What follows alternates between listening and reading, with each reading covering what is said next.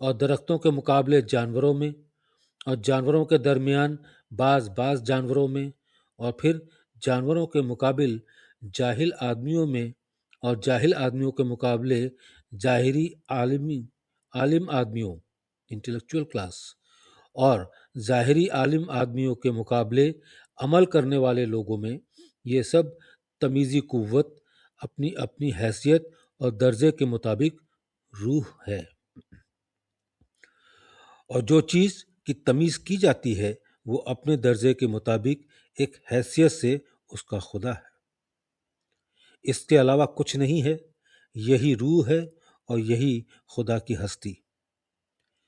میں اور آپ جزوی گیان ہیں، جزوی مینس پارشل، میں اور آپ جزوی گیان ہیں اور خدا مکمل گیان ہے، بلکہ گیان سوروپ ہے۔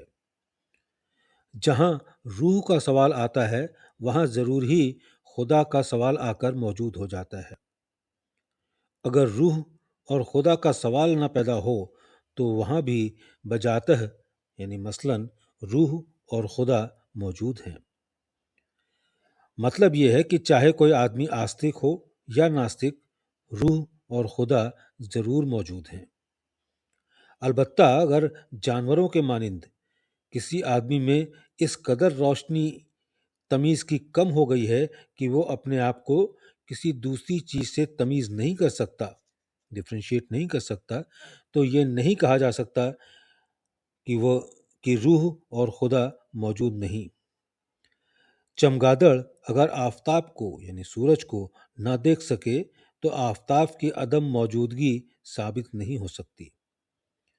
ستارے آفتاب کی روشنی میں دکھائی نہیں دیتے، مگر نہ دکھائی دینے سے ان کی ہستی میں انکار نہیں ہو سکتا۔ اگر کسی اوزار یا آلے کے ذریعے کسی شخص کی بشارت میں یہ قوت ہو سکے کہ وہ ستاروں کو آفتاب کی روشنی میں بھی دیکھ سکے تو یہ خاص ہوگی، اور وہ عین الیقین کو پہنچے گا، پورے یقین کو پہنچے گا کہ اس نے آفتاب کی روشنی میں ستاروں کو دیکھ لیا جو دوسرے باقی لوگ نہیں دیکھ سکتے۔ خدا اور روح کوئی ویزیبل چیز نہیں ہے جو دیکھی جا سکے، البتہ علم کے احاطے میں کسی قدر آ سکتی ہے۔ جیسا اور جس قوت اور حیثیت کا اس کا علم ہوگا، جیسا کہ اوپر بیان کیا گیا ہے، اتنا ہی اس کا ریئلائزیشن ہوگا۔ ریئلائزیشن اسی کا نام ہے، باقی سب ڈھکوسلے بازی ہے۔ اب اس کے بیان کو آپ راؤنڈ اباؤٹ ایکسپلینیشن بھی سمجھ سکتے ہیں، اور حقیقت بھی جیسی آپ کی سمجھ ہو۔ دوسری طرح پر اصل سمجھ کشفی ہو سکتی ہے، جس میں دلیل کی حاجت نہیں ہوتی، حاجت نیسیسٹی، جس میں دلیل کی حاجت نہیں۔ کشفی طور پر سمجھا دینا ایسا ہے جیسے کہ رام کرشن پرمہنس نے سوامی وویکانند جی کو کرا دیا تھا، لیکن میں تو رام کرشن پرمہنس نہیں ہوں، ممکن ہے کہ آپ وویکانند ہوں۔ رام کرشن پرمہنس واقعی میں کر دکھانے کے قابل تھے، اور ایسا ہی گرو ہونا چاہیے، لیکن غالباً صرف ایک ہی وویکانند جی ایسے چیلے بھی نکلے۔ کب ایسے ہوئے جو بدتریز اس معاملے کو پہنچے ہوں گے۔ اس لحاظ سے سوامی پرمہنس بھی بقول آپ کی تحریر نہ معلوم کس قدر تعداد کو عرصہ تک لٹکائے رہے اور دھوکہ دینے کے جرم میں مرتکب ہوتے رہے ہوں گے۔ اس حقیر کی تو گنتی ہی کیا۔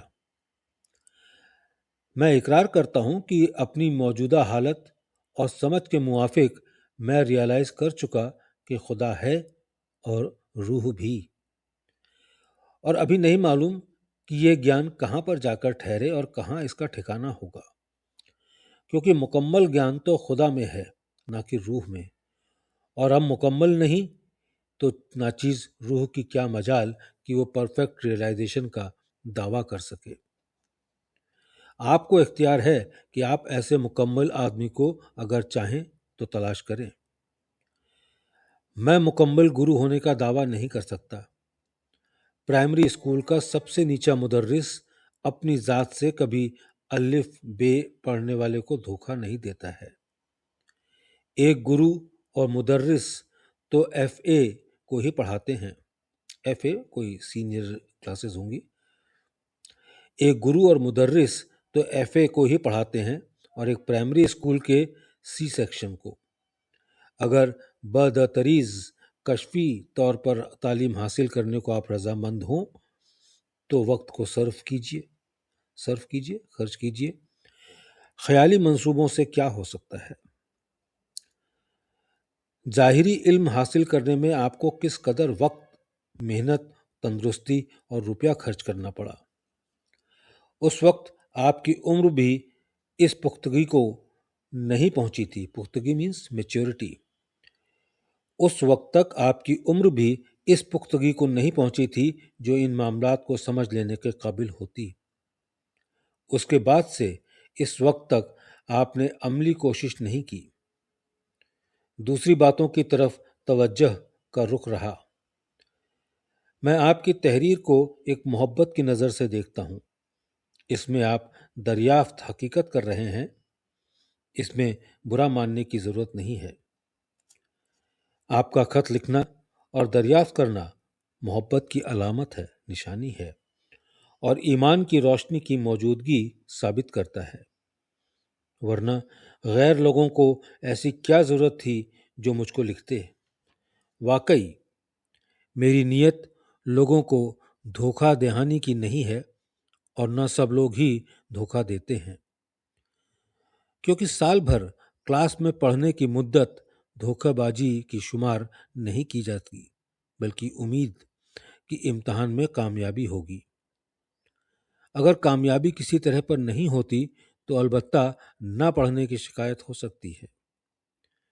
اسی طرح قوت تمیزی کی صفائی حاصل کرنے اور اس میں زیادہ طاقت بڑھانے کی کوشش میں جو مدت صرف ہوتی ہے وہ امتحان کے وقت تک آنے کے لیے ایک تعلیم کی حیثیت خیال کی جاتی ہے، نہ کہ وقت خراب کرنے اور دھوکے بازی کی۔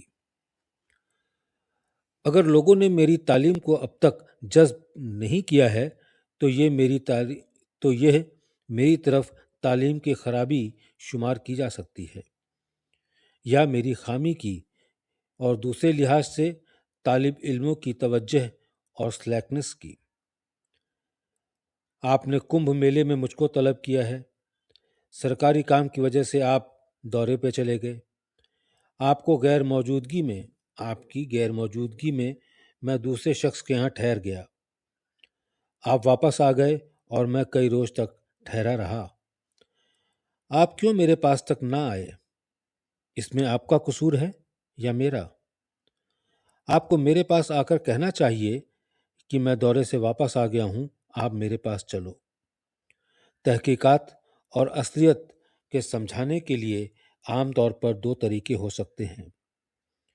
یا تو دنیا کی ہر چیز کو دیکھ کر، سمجھ کر اور اس سے تجربہ حاصل کرتا ہوا چلے، اور پھر میٹیریل ورلڈ سے ہر چیز کی تحقیقات ختم کر کے اسپریچول ورلڈ کی طرف چل پڑے۔ دنیا کی ہر چیز سے تعلق کرنے سے تجربہ حاصل ہوتا ہے۔ اس لیے جو شخص اس طرح پر دنیا دار ہو وہ بھائی اپنے آپ کو دنیا دار مکمل ثابت کر کے دکھائے، تب وہ واقعی دوسری طرف پلٹے گا۔ اس لیے ممکن ہے ڈیش ڈیش ڈیش کہ ایسے راستے کو پسند کرتا ہو اور یہی راستہ اس نے اختیار کیا ہو۔ جب وہ مکمل دنیا دار ہو جائے گا تب پلٹ پڑے گا۔